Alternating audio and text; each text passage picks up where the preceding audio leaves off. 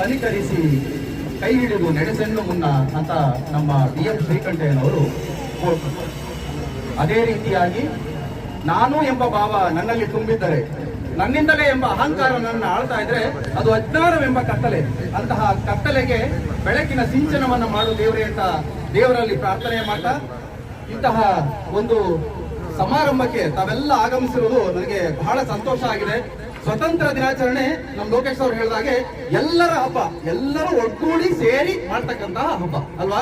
ಒಂದು ಜೋರಾದ ಚಪ್ಪಾಳೆ ಬರಲಿ ನಮ್ಮ ಸ್ವತಂತ್ರ ದಿನಾಚರಣೆ. ನೋಡಿ, ಮುಗಿಲೆತ್ತರದಲ್ಲಿ ನಮ್ಮ ರಾಷ್ಟ್ರಧ್ವಜ ಏನು ಹಾರಾಡ್ತಾ ಇದೆಯಲ್ವಾ, ಇದು ಹಾರಾಡ್ತಾ ಇರತಕ್ಕಂಥದ್ದು ಬೀಸುವ ಗಾಳಿಯ ಬಲದಿಂದಲ್ಲ. ಇದು ಹಾರಾಡ್ತಾ ಇರತಕ್ಕಂಥದ್ದು ಬೀಸುವ ಗಾಳಿಯ ಬಲದಿಂದಲ್ಲ.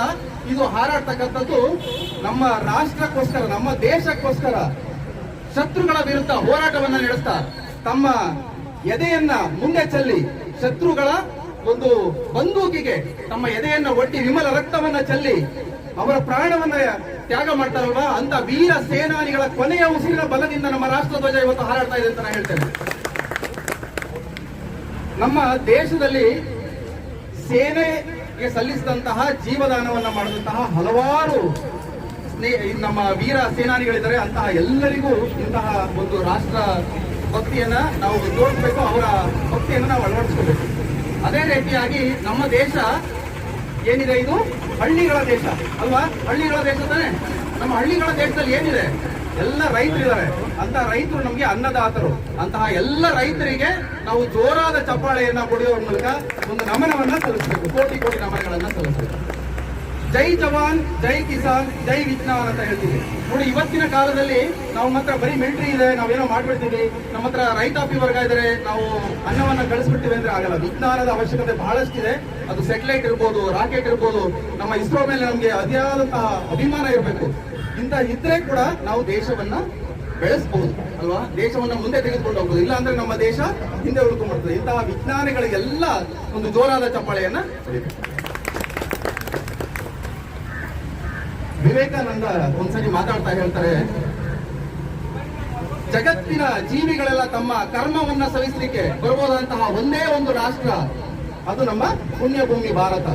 ಇಂತಹ ಭಾರತದ ಮಣ್ಣಲ್ಲಿ ಮಣ್ಣಾಗಿ ಧೂಳಿನ ಕಣವಾಗಿ ಮತ್ತೆ ಮತ್ತೆ ಹುಟ್ಟಿ ಬರ್ತೇನೆ ಅಂತ ಹೇಳ್ತಾರಲ್ವ, ಅಂತಹ ಸ್ವಾಮಿ ವಿವೇಕಾನಂದ ಹೇಳಿದಂತಹ ಮಹಾನ್ ಭೂಮಿ ನಮ್ಮ ಭಾರತ. ಇಂತಹ ಭಾರತಕ್ಕೆ ಹಲವಾರು ಜನ ನಮ್ಮ ಸ್ವತಂತ್ರಕ್ಕೋಸ್ಕರ ಹೋರಾಡಿ ತಮ್ಮ ಬಲಿದಾನವನ್ನ ನೀಡಿದ್ದಾರೆ. ನೋಡಿ, ಇವತ್ತು ನಾವು ಬರೀ ಹಿಂದೆ ಏನಾಯ್ತು ಅನ್ನೋದನ್ನ ನೆನೆಸ್ಕೊಳ್ಳೋದು ಅಂತಲೇ ಮುಂದೆ ಏನಾಗಬೇಕು ಅನ್ನೋದ್ರ ಬಗ್ಗೆ ನೆನೆಸ್ಬೇಕು. ಇಲ್ಲಿ ಪುಟಾಣಿ ಮಕ್ಕಳೆಲ್ಲ ನಿಂತಿದ್ರು, ಅಂತವರಿಗೆ ನಾವ್ ಏನ್ ಮಾಡ್ಬೇಕು, ದೇಶವನ್ನ ಕಟ್ಟುವಂತಹ ಕೆಲಸವನ್ನ ಮಾಡಬೇಕು. ಹೇಗೆ ದೇಶವನ್ನ ಕಟ್ಟೋದು?